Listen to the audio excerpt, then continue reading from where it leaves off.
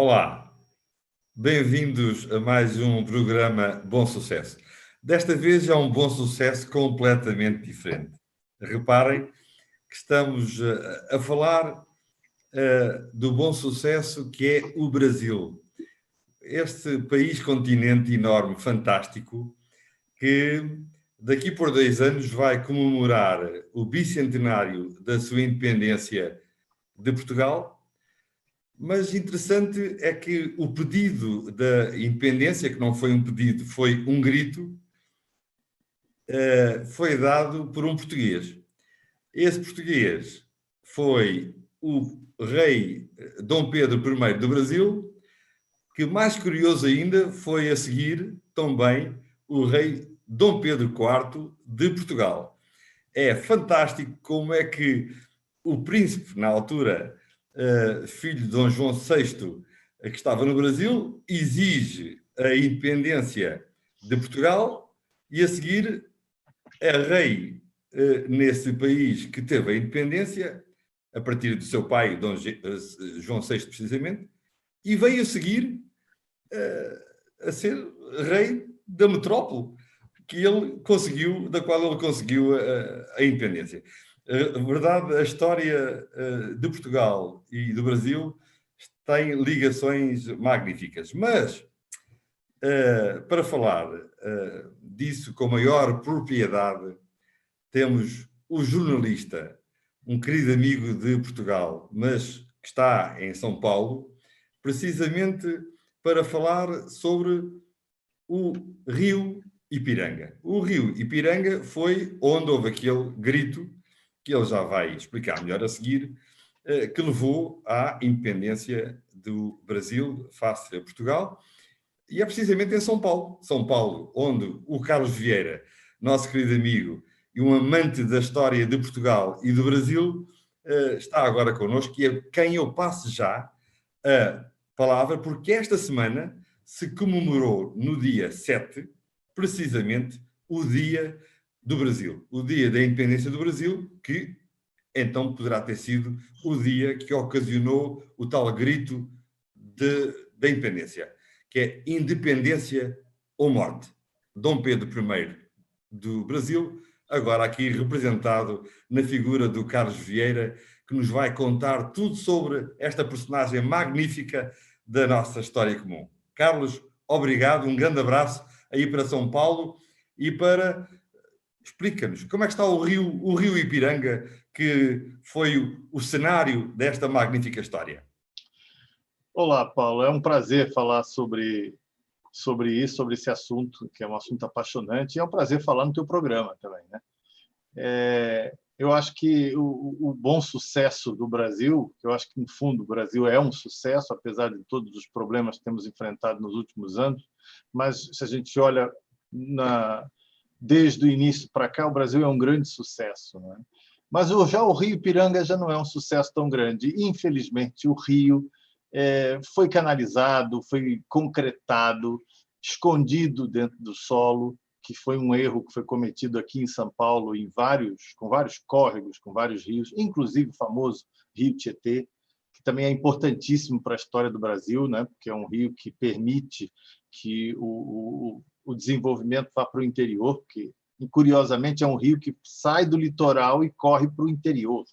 Ele vai para o Rio Paraná, que depois deságua no Prata, mas isso é que permite que o Brasil e os bandeirantes cheguem até a Amazônia. O Brasil é desse tamanho graças ao Rio Tietê, e o Rio Tietê foi emparedado também. E o Rio Ipiranga virou um esgoto a céu aberto, porque é outro problema que no Brasil existe muito, metade do país não tem saneamento, agora que talvez as coisas sejam resolvidas nesse sentido, com um novo marco legal do saneamento, mas a verdade é que o Rio Ipiranga não é um sucesso.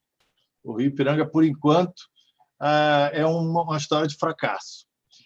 Já o Dom Pedro I, não. Esse, para mim, é um dos maiores sucessos da história do mundo, né? É um homem que morreu aos 35 anos e que, nesse curto período de tempo, numa época no século XIX, né, no início do século XIX, ele consegue dar 2 constituições liberais ao mundo, das constituições mais modernas que o mundo viu naquela época, realmente uma vanguarda inacreditável.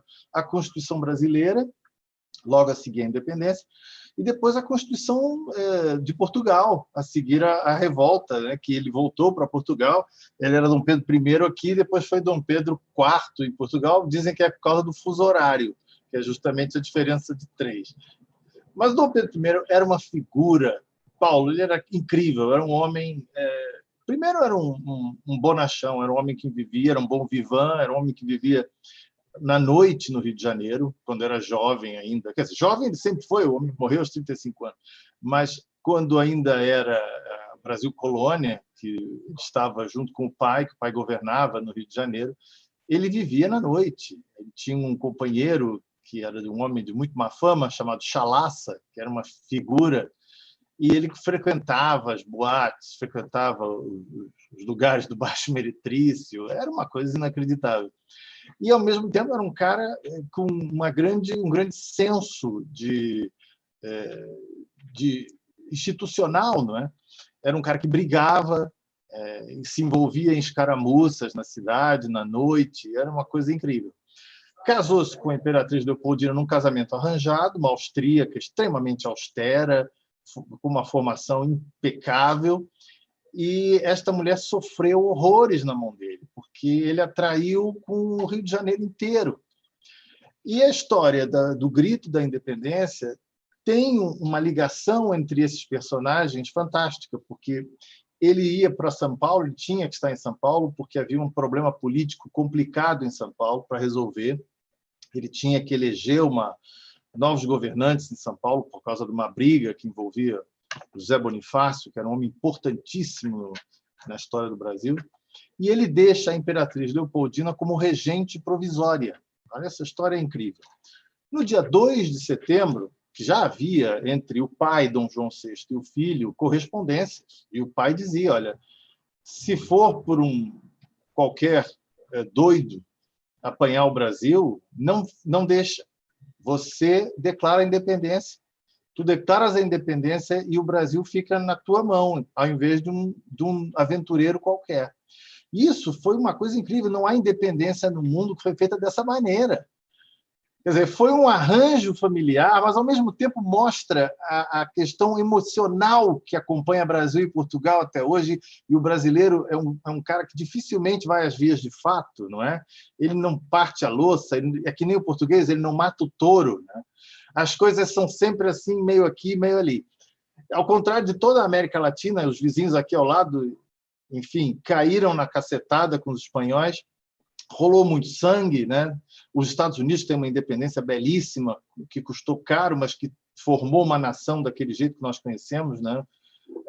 Já o Brasil, apesar de ter influenciado, José Bonifácio era um cara que influenciou Benjamin Franklin, com quem mantinha correspondências, era uma figura à frente do seu tempo também.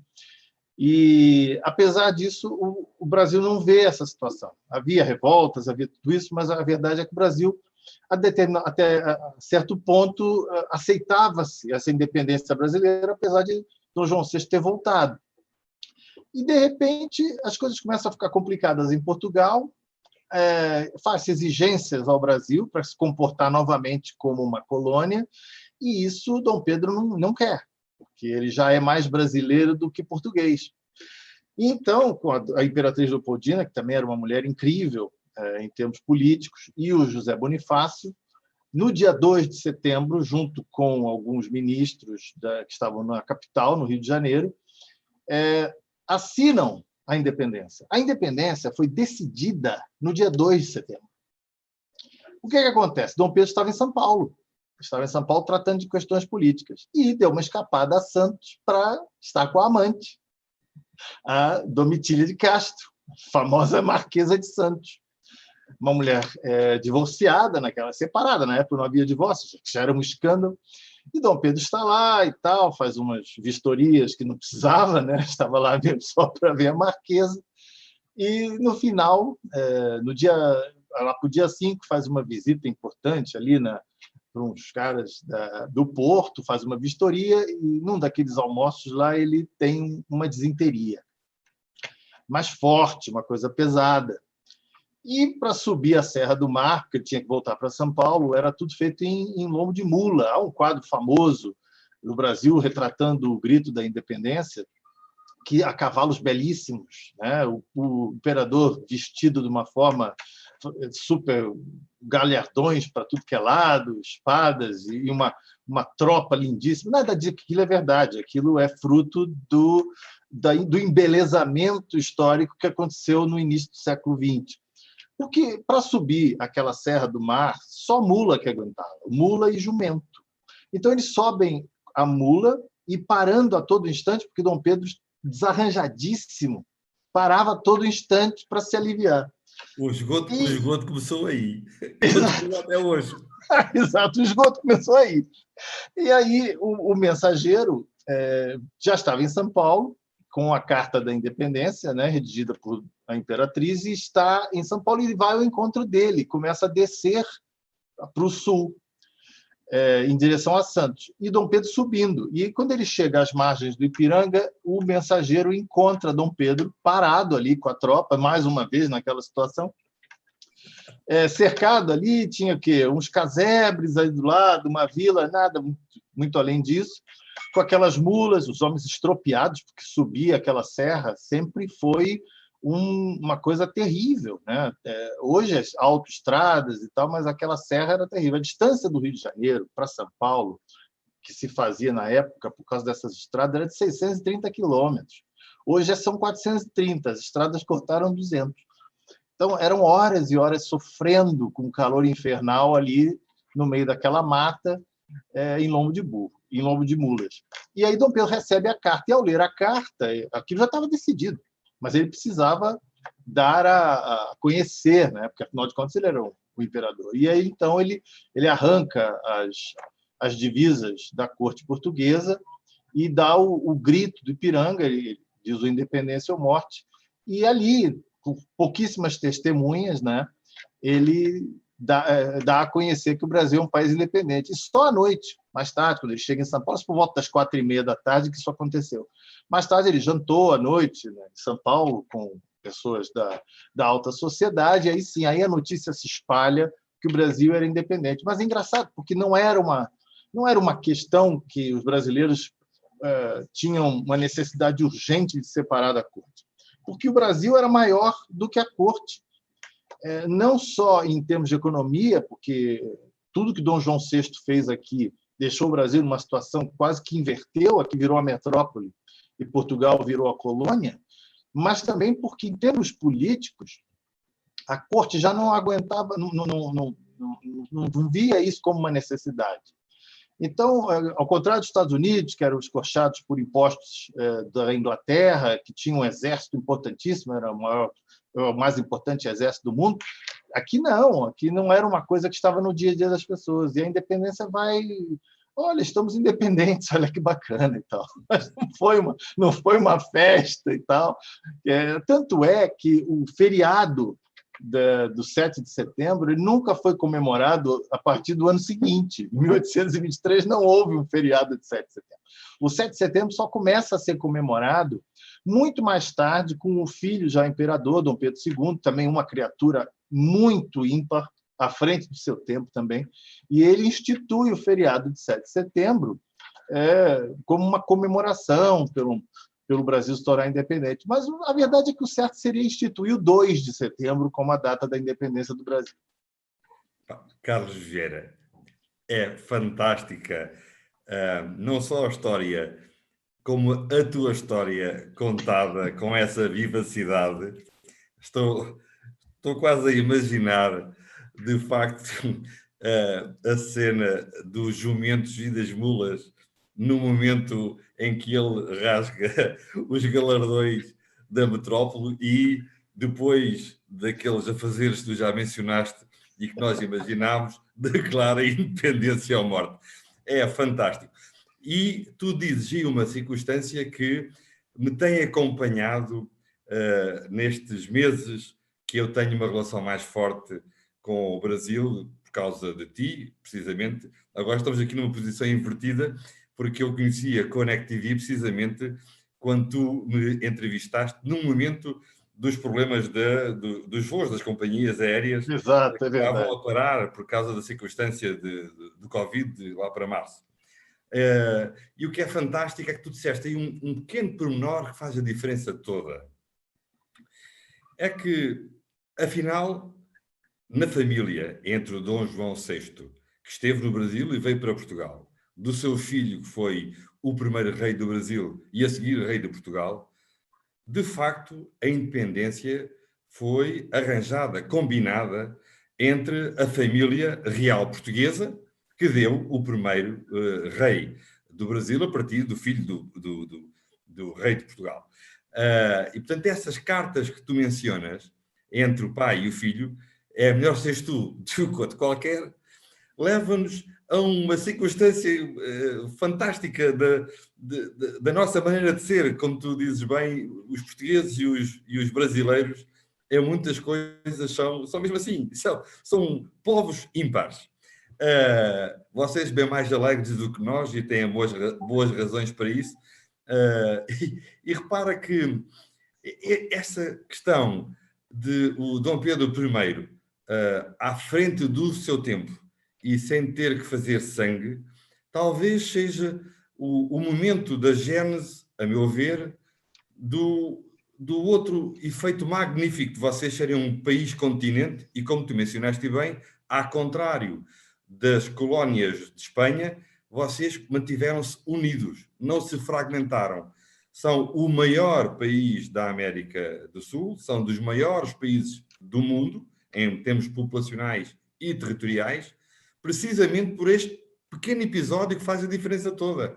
É que a língua portuguesa manteve-se, não houve uma guerra contra, os Estados do Brasil mantêm-se hoje, agora, numa república federativa e mantiveram essa grandiosidade para o mundo, enquanto as colónias das outras à volta do Brasil se fragmentaram em múltiplos países contra a Espanha.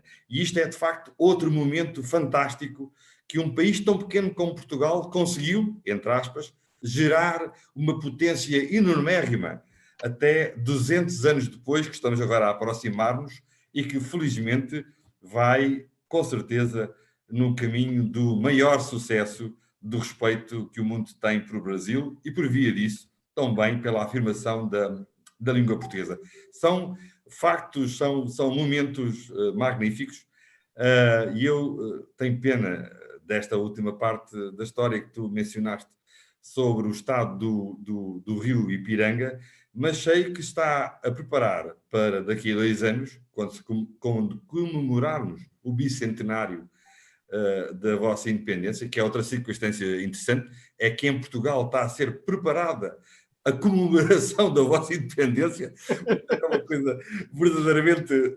ok, é boa disposição. O nosso Presidente da República criou uma comissão para a comemoração da independência do Brasil.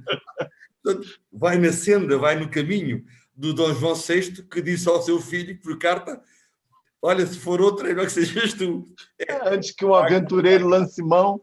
Não, mas é interessante, porque o próprio Dom João VI, Paulo, quando ele vem para o Brasil, e eu acho a história do Dom João VI absurdamente fantástica.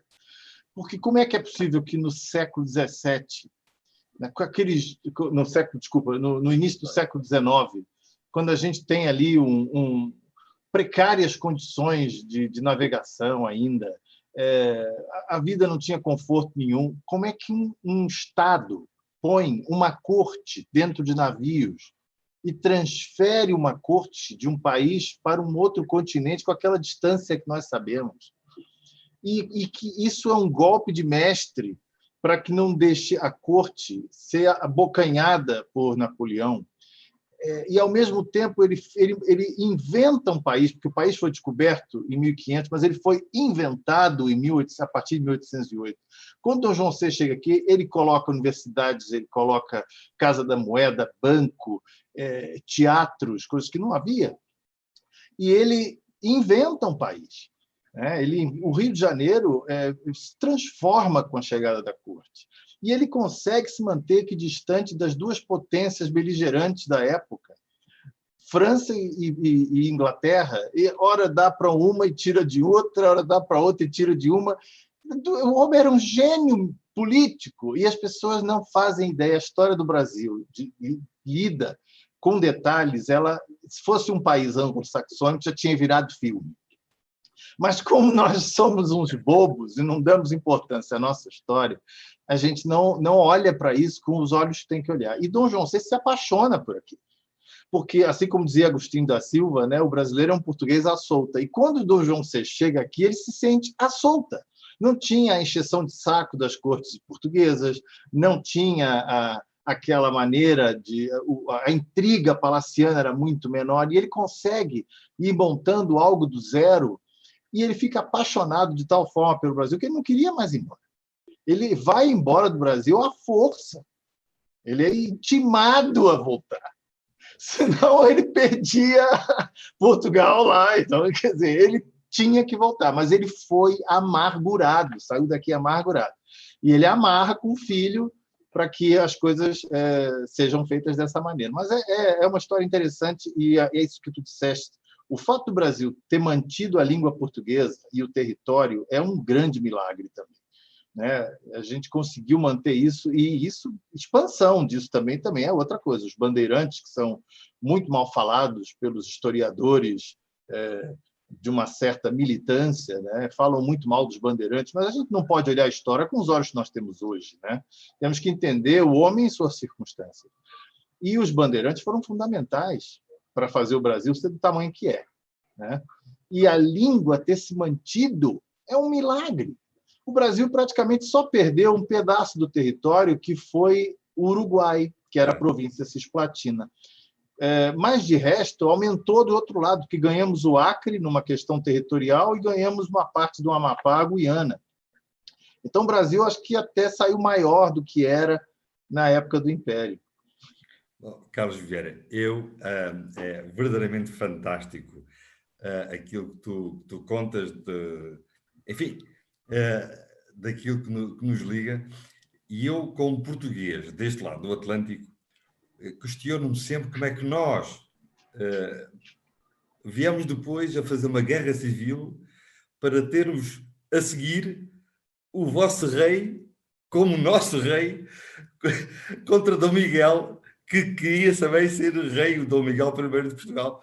Como é que é possível, verdadeiramente, este povo deste lado do Atlântico ter tido a capacidade para reivindicar o vosso rei, para ser o nosso rei a seguir? É uma briga de família, né? É verdadeiramente incrível aquilo que nós já passámos juntos na nossa história comum, desde a nascença. Não só a questão das caravelas que aí chegaram, ao Dom João VI, ao Dom Pedro I e Dom Pedro IV, tudo depois, mas com um pequeno pormenor. Tu falaste aí do bom sucesso do Brasil, que é de facto um sucesso imenso, enorme, dos milagres, entre aspas, e os outros verdadeiros, eventualmente, que se passaram entretanto. O nome deste programa, Bom Sucesso, está alicerçado também numa outra parte da história que liga o Algarve e o Brasil, que é precisamente o barco dos pescadores que saíram de Olhão por esse Atlântico fora, sem bússola e sem mais. Foram por aí, até chegar ao Dom João VI a avisar que tinham expulso as tropas francesas, as tropas invasoras de Portugal.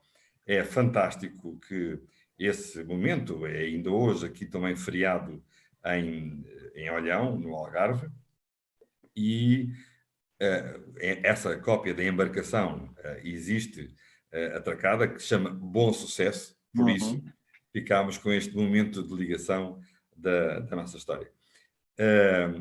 Carlos Vieira, nós temos agora 2 anos pela frente para preparar as comemorações, assim ditas, do Brasil. E eu espero ter a capacidade e vocês a vontade de, através da Connect TV Portugal e a Connect TV aí no Brasil, firmarmos agora, através da comunicação, que este povo, os povos que são, afinal, a lusofonia, o português com aquele doce falar do Brasil, sejam de facto uma grande potência cultural e também, espero eu, a favor dos nossos povos no mundo. Obrigado, Carlos Vieira, muito obrigado pela tua disponibilidade. Obrigado eu, Paulo. Foi muito interessante essa conversa. Realmente, a gente tem que preparar um bicentenário muito bom, muito bacana, porque são histórias que não devem ser esquecidas. Pelo contrário, está na hora de nós resgatarmos. Olha, e não esquecer que o Dom Pedro I daí e IV daqui era rei do Reino Unido de Portugal, do Brasil e dos Algarves. Era assim, Era assim. Que então Portugal se chamava. Exatamente. Reino Unido de Portugal, Brasil e dos Algarves. Daqui a 2 anos vamos estar todos aí no Rio Ipiranga, no museu em cima do rio, e esperamos que esteja límpido para os próximos 2 séculos termos força nesta afirmação. Muito obrigado. Obrigado, Paulo. Um abração. Um abraço.